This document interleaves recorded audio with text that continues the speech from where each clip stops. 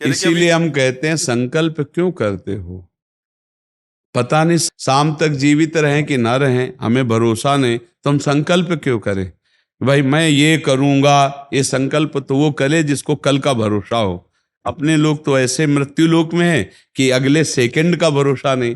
तो ऐसी प्रार्थना करनी चाहिए कि हे प्रभु, यदि आपने मुझे जीवन दिया, सामर्थ्य दिया, समय दिया, तो ऐसी हमारी भावना बन रही कि हम 108 परिक्रमा कर लेंगे। और अगर नहीं समय, नहीं शरीर सामर्थ्य रही, तो हम एक को नहीं करेंगे, तो कोई अपराध नहीं लगेगा। अगर संकल्प ले लिया कि अब 108 करेंगी, तो अब करना चाहिए। फिर देखो, संकल्प पूरा करना चाहिए। तो अभी इस जान तो शरीर में है ही, तो संकल्प के लिए फिर उसी कार्य में लगा जाता है। पर हम सबसे प्रार्थना करते हैं संकल्प ना लिया जाए। कभी कोई अगर नियम लेने की बात हो तो ये जरूर छूट दे दे कि हे प्रभु, यदि हमारा स्वास्थ्य ठीक रहा, हमारा जीवन रहा, तो हम आपके ऐसा कर लेंगे। और अगर नहीं रहा तो आपने कोई संकल्प किया नहीं, तो पाप नहीं लगेगा। ऐसे थोड़ा अपराध बनने की होती है कि 108 की। महाराज जी वो तब होता है जैसे कोई डील करते हैं ना, गोवर्धन महाराज मेरे पुत्र का नौकरी लग जाए, मैं 100 परिक्रमा करूंगी, तब जाके थोड़ा सा ऐसा ज्यादातर होता होगा। हाँ ऐसे पर भक्ति मिले ऐसा हाँ, तो कम ही होता है। हाँ तो करना चाहिए, फिर हमें लगता है करना चाहिए। पर अगर समय के पधार गया तो फिर कैसे कर पाएगा? मृत्यु लोक है और मरण धर्मा शरीर है, तो मुझे तो भरोसा 1 मिनट का नहीं है अपने शरीर का कि 1 मिनट ही अगला जिएगा कि नहीं जिएगा। इसीलिए संकल्प विकल्प करने का अधिकार ही नहीं है। पता नहीं शाम तक जिएंगे क्यों भाई, पक्का है किसी को? अब पता नहीं शाम तक जिएंगे कि नहीं, तो हम क्या संकल्प करें? हमें तो यही कि प्रभु जैसे चलावे वैसे चल रहे। परिक्रमा करवा दिया, परिक्रमा करने बैठे बैठे राधा राधा जप रहे, मांग के खा लिया, भगवान के भरोसे बाबा जी। ऐसे गृहस्थी में अपने धर्म कर्म किए, जब समय मिला तो परिक्रमा कर गए। अच्छा, प्रार्थना करना स्वामी से कोई गलत बात नहीं कि हमारे बच्चे की नौकरी लग जाए, हमारा काम बन जाए, जरूर करो। भगवान से नहीं करोगे तो किससे करोगे? करना चाहिए। पर ये करके कि हमारी कामना पूर्ण कर दो, हम इतना करेंगे, फिर बंधन हो जाएगा। हम इतना क्यों करें, तुम्हारी परिक्रमा करेंगे तो हमारा काम पूर्ण। स्वार्थी हो क्या?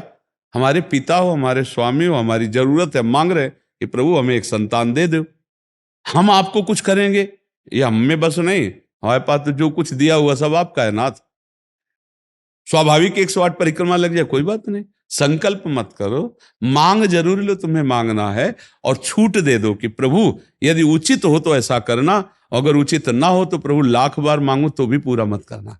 ये भक्तों की मांगे होती हैं, ये सत्संगियों की मांगे होती है कि नाथ मेरी आवश्यकता तो है, पर अगर आपको उचित लगे तो आप दे देना, और अगर उचित ना लगे तो मेरे मांगने पर भी आप ना देना। ये जब ये बात बनी रहती है कि जितना नाम जप होना चाहिए उतना नहीं होता, उतना, ये बात तो हमारे में भी है। इतनी पीड़ा तो हमको भी बनी रहती है कि जितना होना चाहिए उतना नहीं होता। इतनी पीड़ा हम अपने गुरुदेव भगवान में भी देखी। एक दिन उन्होंने कहा क्या बताएं, जीवन निकल गया, छक के नाम जपने को नहीं हुआ, रात दिन मंत्र में नाम में लगे गए, रात दिन 10 वर्ष समीप रह के सेवा में रहे। तो देख, बोले क्या बताऊं, पूरी जिंदगी निकल गई, छक के नाम जपले को नहीं मिला। तो भगवत भजन करने वाले में भजन की इतनी भूख बढ़ जाती है कि रात दिन भजन करने पर भी उसको ऐसा अनुभव होता है कि जैसा होना चाहिए वैसा। यही अखंड भजन बनाता है, यही अखंड। पर इस अखंड भजन होते हुए भी रोना आएगा कि प्रभु मुझे भजन करने की रुचि दे दो। यही भजन, असली भजन का ही फल है। भजन करते हुए भजन की इतनी भूख होना कि भगवान से भजन ही मांगना कि प्रभु मुझे भजन करते। अभी वो भजन नहीं होता जैसा प्रेम से होना चाहिए। हर एक महात्मा को, हर एक भजनानंदी को अनुभव होगा। और ये अगर हुआ तो भजन अखंड होने लगेगा। क्योंकि हम जिसकी पीड़ा महसूस करते हैं उसको हम भूलना कैसे बर्दाश्त कर पाएंगे? तभी वो अखंड स्मृति कर पाता है। और जो संतुष्ट हो जाता है भजन में, वो भजनानंदी नहीं होता। जो भजन में असंतुष्ट और भोगों में संतुष्ट रहता है वही भजनानंदी कहा जाता है। अपनी बात कहते हैं, मुझे तो गुरुदेव ने संभाला, नहीं तो साधन भजन हो रहा था, पर वो अहंकार जनित था। जब गुरुदेव ने कृपा करी तो हमारे अहंकार को चकनाचूर हुआ। तब ये बात समझ में आई कि गुरु कृपा से मोक्ष मूलम गुरु कृपा। गुरुदेव भगवान साक्षात करुणामय प्रियालाल के स्वरूप हैं। वो जब कृपा करते हैं तो अहंकार नष्ट हो जाता है, और अहंकार नष्ट होते ही दैन्यता आ जाती है। और प्रियालाल को दैन्यता बहुत प्रिय है, और वो दैन्यता कृपा से ही आएगी। और गुरु के चरणों में आसक्त रहो। देखो, हम आपको गुरु महिमा की एक बात बता दें। जब हम कोरा कागज होकर गुरुदेव के चरणों में समर्पित होते हैं, तभी हमारी हृदय में लिखा पढ़ी सही होती है। हम लोग क्या होते हैं, पूरा कागज रंगे हुए पहुंचते हैं और अपनी बुद्धि लड़ाते हैं गुरुजनों पर, इसीलिए हमारा काम बन नहीं पाता। यदि हम बच्चा बन के गुरु के चरणों में जाएं, जैसा बोले वो और वैसा करने लगे, तो गुरु को भी पता नहीं चलेगा। ऐसे शिष्य की उन्नति हो जाएगी अध्यात्म की, क्योंकि उसने उनको भगवान माना है। देखो, एक हम प्रसंग कई बार सुना चुके हैं। एक उड़िया बाबा ने सुनाया था प्रसंग कि एक बंगाल के भगत के मन में आया कि मैं गुरु बनाऊं। तो एक प्रसिद्ध थे काली के उपासक, उनके पास गए, और वो मदिरा पीते थे, वो जानते नहीं थे। वो मदिरा पिए हुए बैठे हुए थे। उन्होंने कहा, गुरुदेव, मैं आपको गुरु रूप से वरण करता हूं, मुझे मंत्र दे दो। तो शराब के नशे में लड़खड़ाते हुए मंत्र बोले, तो अशुद्ध मंत्र और अशुद्ध अवस्था, पर वो सीधा सरल भक्त भगवान मान के गुरु की छवि लेके पूजा में रख के और मंत्रानुष्ठान, अशुद्ध मंत्र। 1 साल ही हुआ कि मां भद्रकाली प्रकट हो गई, काली, और उनका बेटा, तेरा गुरु ढोंगी है। तो उनका, मां, पहली बात तो आप गुरु को ऐसा ना बोले, गुरु हमारे परब्रह्म है, आप ऐसा ना बोले। बोले, बेटा तू बहुत सरल है, जानता नहीं, वो शराब पीता है, और जो मंत्र दिया ना वो अशुद्ध है। मां ने कहा। तो उनका, मां, अब तो और विश्वास आपकी बात पे नहीं रहा। अगर गुरु ने अशुद्ध मंत्र दिया होता तो तुम 1 साल में आ गई, कैसे आ गई? बोले, बताने आई हूं कि मंत्र अशुद्ध है। तो उनका, मां, मैं अपने गुरु निष्ठा और गुरु मंत्र को नहीं छोड़ सकता, आप जाओ। तो उनका बेटा, मैं तुम्हारी गुरु भक्ति पे प्रसन्न हुई, और आज से मेरे सिद्ध करने का मंत्र यही होगा, जो अशुद्ध मंत्र। ऐसा गुरु भाव किया जाता है। गुरु को परब्रह्म साक्षात माना जाता है।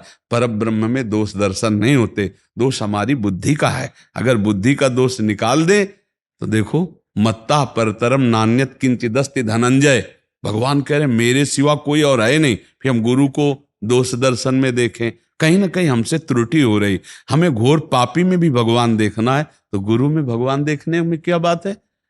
विचार करके देखिए। जब हम गुरु में भगवान देखते हैं तो अपना समर्पण करते हैं, और जब वो हमारे साथ उल्टा व्यवहार करते हैं और हम सह जाते हैं, तो हमारा अहंकार नष्ट हो जाता है।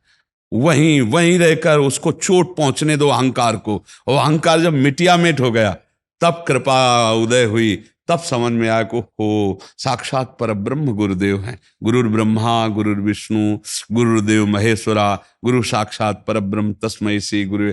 गुरु में भगवान बुद्धि करना बहुत कठिन बात है, सबसे कठिन बात विश्व में, समझ लो। गुरु में परब्रह्म बुद्धि करना, और गुरु में परब्रह्म बुद्धि नहीं तो कुछ भी कर ले, अहंकार नष्ट नहीं होगा। यह खुली बात कह रहे। गुरु ही एक वो खिलाड़ी हैं जो हमारे अहंकार को मिटिया मेट कर दे सकते हैं, दूसरा नहीं, दूसरा नहीं। इसीलिए ध्यान मूलम गुरु मूर्ति, पूजा मूलम गुरु पदम, मंत्र मूलम गुरु वाक्यम, मोक्ष मूलम। गुरु का चरणामृत पियो, गुरु की चरण रज लगाओ, और गुरु के आगे एक तुच्छ सेवक की तरह रहो, अभी दैन्यता आ जाएगी। अगर गुरु में दोष दर्शन होने लगे तो हट जाना चाहिए, और दूर से उनको परब्रह्म मान के बिना निंदा किए उनके द्वारा बताई हुई उपासना में रत हो जाए तो उसका परम कल्याण हो जाएगा। दूसरा गुरु बनाने की जरूरत नहीं है। परमात्मा प्राप्ति के लिए गुरु कृपा ही। हम तो आपको हाथ उठा के कहते हैं कि गुरुदेव की कृपा के बिना एक कदम नहीं चल सकते, एक कदम भी नहीं चल सकते।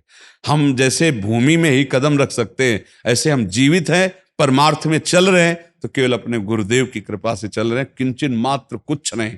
केवल वो ऐसे पकड़े हुए हैं तो हम चल रहे हैं, अगर वो ऐसे छोड़ दें तो धम्म से गिर जाए। गुरु कृपा ही केवलम, गुरु कृपा है। वो दैन्यता गुरु कृपा से आती। महाराज जी, धन्य भाग है आपकी कि आप दैन्यता चाहते हैं। हाँ, परम कृपा है वैष्णव आचार्यों की। बस चुपचाप चलते रहिए, किसी की निंदा मत करना और किसी के दोष दर्शन मत करना, बस इसी से दैन्यता आ जाएगी।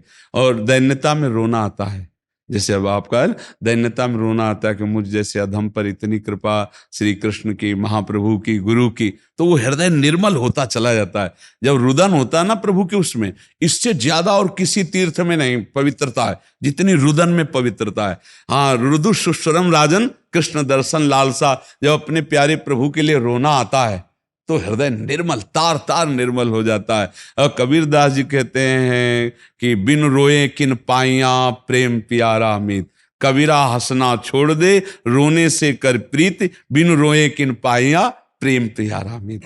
पर भगवान की 3 प्रकार की लीला है, एक है सृजन और एक है पालन और एक है संहार, और तीनों लीलाएं होंगी, पक्का होंगी। जैसे सृजन जरूरी है, पालन जरूरी है, ऐसे विनाश भी जरूरी है। तो देखो, इस शरीर को कहा गया विनाशी और इस लोक को कहा गया मृत्यु लोक। तो भाई देखो, जो जन्मा है उसका शरीर छूटेगा, जो हमने कर्म किए उसके अनुसार हमें भोग मिलेंगे। अब हम भगवान से भजन के बल से, उनके प्रार्थना के बल से हमको क्षमा याचना करवा सकते हैं। तो अपने पुत्र के लिए, अपने कल्याण के लिए, अपने परिवार के कल्याण के लिए, समाज के मंगल के लिए भगवान का नाम जप करे, भगवान से प्रार्थना करे, दूसरों को सुख पहुंचावे, धर्म पूर्वक आचरण करे, तो निश्चित मंगल होता है। हाँ, बहुत अच्छा है। देखो, यशोदा मैया स्वयं भगवान लाला के रूप में आयला तो गौ की पूंछ से झाड़ना और ब्राह्मणों को बुलाकर स्वस्ति वाचन कराना, दान देना, मेरा लाला कन्हैया सुरक्षित रहे। क्योंकि बड़े बड़े आक्रमण हुए ना, पूतना है, तृणावर्त, अघासुर, बकासुर, तो मैया घबरा जाती थी कि दुनिया की बलाएं हमारे लाले के पीछे काहे पड़ी। और अच्छा, माँ को अपने पुत्र का महान स्वरूप दिखाने पर भी दिखता ले, क्योंकि माँ है ना, उनको तो लगता है मेरा लाला है, तो बार बार वो परेशान हो जाती थी। और स्वयं भगवान की रक्षा के लिए भगवान के नाम का प्रयोग किया, केशव भगवान बाजुओं की रक्षा करे, ऐसे करे, ऐसे। तो हमें लगता है भगवान का नाम जप और धर्माचरण, दूसरों को सुख पहुंचाना, और इसका फल मेरा पुत्र सुरक्षित रहे, मेरे पुत्र की बुद्धि शुद्ध हो, मेरे पुत्र को कभी विपत्ति ना हो। तो ये देखो, माँ में बहुत बड़ी सामर्थ्य है। अगर माँ तपस्या और पूर्वक अपने पुत्र को चाहे तो अजर अमर बना सकती है। मंदालसा माँ ने यही कहा था, मेरे गर्भ में जो जीव आएगा उसे भगवान से मिला के रखूंगी, उसे भगवत प्राप्ति, और ऐसा ही किया। देखो, गांधारी जी ने जे भी सुना कि धृतराष्ट्र हमारे पति होने वाले वो अंधे हैं, तो पट्टी बांध ली। जब ये समय आया कि अब युद्ध होगा ही पक्का, तब गांधारी जी ने कहा, बेटा मैं तुम्हें बहुत प्यार करती हूं, तुम मेरा बेटा है, पर भीम के सहयोगी श्री कृष्ण तू मारा जाएगा, इसलिए जा, तू नग्न होकर मेरे सामने आ जा, मैं पट्टी खोलती हूं, तेरा शरीर वज्र का हो जाएगा, मृत्यु ही नहीं होगी तेरी। अब भगवान तो भगवान ही है। अब वो आ रहे थे नंग धड़ंग दुर्योधन, तो भगवान ने देखा उनका, अरे यार तुम इतने बड़े होकर बच्चों की तरह नंगे घूम रहे हो। तो उनका माँ ने कहा है, बच्चे हो, कम से कम कमर तो ढक लो इतना। ओ ऐसे पत्ता लगा के ऐसे, गांधारी ने जी ही आंख खोले ऐसे दे, उनका ये पत्ता क्यों लगा लिया? उनका, माँ तुम्हारे सामने नंगा कैसे आऊं? अरे उनका, धोखा कर दिया तूने, अब जितनी दृष्टि मेरी पड़ गई, तेरा शरीर वज्र का हो गया, गदा या किसी भी प्रहार से नष्ट नहीं होगा, लेकिन तू कमर से मारा जाएगा, यही से कमजोर हो गया। क्योंकि और भगवान अपने भक्त का प्रण पूरा करवाने के लिए जब द्रौपदी को दिगंबर करा रहा था ना, ये सभा में लाभ जंगा ठोक रहा था, तो भीम ने यही प्रण किया था, इसी जंगा को तोड़ूंगा। अगर भगवान भक्त की वचन रक्षा ना करते और वो पूरा वज्र का शरीर हो जाता तो तोड़ नहीं पाते, इसीलिए भगवान ने। तो माँ में कितनी सामर्थ्य है, आप देखो, अधर्म युक्त चल रहा है लेकिन मेरा बच्चा सुरक्षित रहे, आंख की पट्टी खोली, पतिव्रता, तो वज्र का शरीर कर दिया। तो आप अपने पुत्र को अजर अमर अविनाशी बना सकते हैं साधना और भजन के प्रभाव से। नाम से परम गति होती है। राधा नाम का एक हमने पद सुनाया था, अगर सत्संगी जन होंगे, रोज सत्संग सुनते होंगे, सुनो, राधा नाम है जीवन हमारा, राधा नाम प्राण आधार है। ये पूरा पद, राधा नाम ही हमें प्रेम में निकुंज में पहुंचाएगा। आखिरी पंक्ति है, निकुंज तक पहुंचा देगा ये राधा नाम। तुम्हें चिंता नहीं करनी। राधा वल्लभ श्री हरिवंश जपो या राधा राधा जपो,